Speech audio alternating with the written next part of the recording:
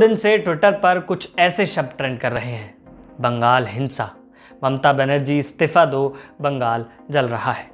आज बताएंगे आपको बंगाल में उस हिंसा की कहानी, उस हिंसा का सच जिसमें 8 लोगों की जान चली जाती है, जलकर राख हो जाते हैं, जिसके फोटो वीडियो पूरे देश ने देखे, जिसके बाद पूरे देश को दहला दिया गया उन फोटोज से, उन वीडियोज से। नमस्कार, स्वागत करते हैं आप सभी का। आप कुंवर टाइम्स देख रहे हैं। स्वतंत्र पत्रकारिता का साथ दें, चैनल को सब्सक्राइब जरूर करें। आप देख रहे हैं हमारा सेगमेंट समझ, जहां पर जटिल और मुश्किल मुद्दों को सरल भाषा में आपको समझाते हैं, बताते हैं। बढ़ते हैं बंगाल की इस घटना के ऊपर। पिछले दिनों पश्चिम बंगाल के बीरभूम जिले के बड़साल ग्राम पंचायत के उप प्रधान और टीएमसी नेता भादु शेख की सोमवार शाम कुछ अज्ञात लोगों ने गोली मारकर हत्या कर दी। पश्चिम बंगाल के बीरभूम में टीएमसी नेता की हत्या के बाद हिंसा फैल गई। यहां गुस्साई भीड़ ने 1 दर्जन घरों को आग के हवाले कर दिया। इस हिंसा में 8 लोगों की जलकर मौत हो गई। मरने वालों में 3 महिलाएं, 2 बच्चे और अन्य लोग भी शामिल हैं। बीजेपी ने राज्य में हो रही राजनीतिक हिंसाओं को लेकर ममता सरकार पर निशाना साधा। बीरभूम की घटना को लेकर बंगाल के डीजीपी मनोज मालविया ने कहा कि यह व्यक्तिगत दुश्मनी का मामला हो सकता है।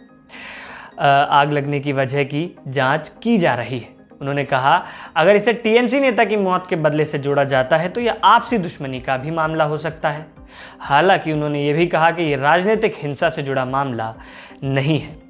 हिंसा के बाद बीरभूम जिले के बगुटी गांव में सन्नाटा पसरा हुआ है। यहाँ के लोगों के मन में खौफ है, डर है। दोबारा हिंसा ना फैल जाए, इस बात का डर है। हिंसा के पहले मारे गए भादु शेख के भाई नूर अली ने कहा कि वह जाने की तैयारी कर चुका है। नूर अली ने कहा कि मेरे भाई को कल मार दिया गया। मेरे परिवार में महिलाएं हैं, मैं डर के साए में नहीं रह सकता। मैं परिवार के सदस्यों को खो चुका हूं और अब अपने बाकी बचे परिवार को लेकर यहाँ से जा रहा हूँ। हिंसा के कुछ घंटों बाद तक ममता बनर्जी की चुप्पी ने सवाल खड़े किए थे। उन्होंने चुप्पी साध रखी थी, लेकिन इसके बाद ममता बनर्जी की भी प्रतिक्रिया आई। आज उनका दौरा भी था। पश्चिम बंगाल की मुख्यमंत्री ममता बनर्जी आज बीरभूम जिले के बेगटुई गांव के दौरे पर पहुंची, जहां ये घटना हुई। ममता ने बेगटुई गांव के में मारे गए लोगों के परिजनों से मुलाकात की। मुख्यमंत्री ममता बनर्जी ने मारे गए लोगों के परिजनों को 5 लाख रुपए की राशि देने का ऐलान किया। उन्होंने कहा कि हिंसा में नष्ट हुए घरों को दोबारा बनाने के लिए 2 लाख रुपए की सहायता राशि भी दी जाएगी। साथ ही मारे गए लोगों के परिजनों को नौकरी भी दी जाएगी। इस दौरान ममता ने कहा कि कोई भी बहाना नहीं चलेगा, जो भी जिम्मेदार है उसकी गिरफ्तारी चाहती हूं। ममता बनर्जी ने कहा कि मैंने कभी नहीं सोचा था कि आधुनिक बंगाल में इतनी बर्बरता हो सकती है। बच्चे मारे गए हैं, महिलाएं मारी गई हैं।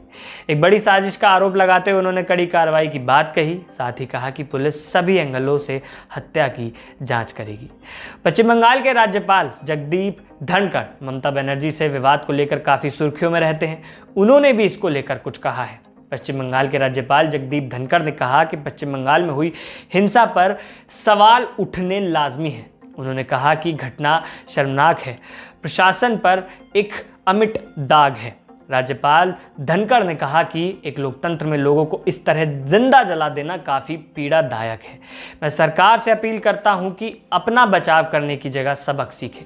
मामले की कार्रवाई के तौर पर अभी तक मिली अपडेट के मुताबिक क्या क्या हुआ है ये भी आप जान लीजिए।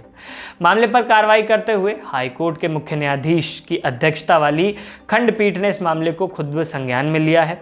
इसके अलावा 5 अन्य जनहित याचिकाओं को भी दायर कर दिया गया है। दोपहर तक, बुधवार की दोपहर बाद उन पर सुनवाई के बाद अदालत ने बेगटुई गांव को कड़े सुरक्षा घेरे में रखने और घटनास्थल पर 24 घंटे सीसीटीवी कैमरे की निगरानी रखने का निर्देश दिया है।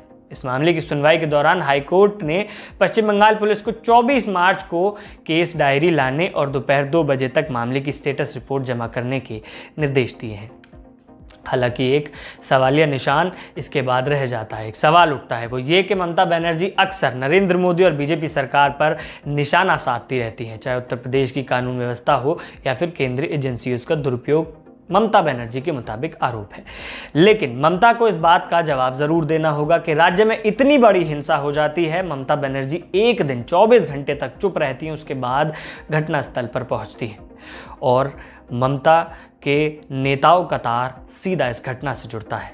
ममता बनर्जी को इन सवालों के जवाब देने होंगे, क्योंकि उन पर एक बड़ी जिम्मेदारी है, वो राज्य की मुख्यमंत्री हैं। बाकी आप इस घटना के बारे में जो भी सोचते हैं कमेंट कर ज़रूर बताएं। कमेंट बॉक्स दर्शकों के लिए खाली है। नमस्कार।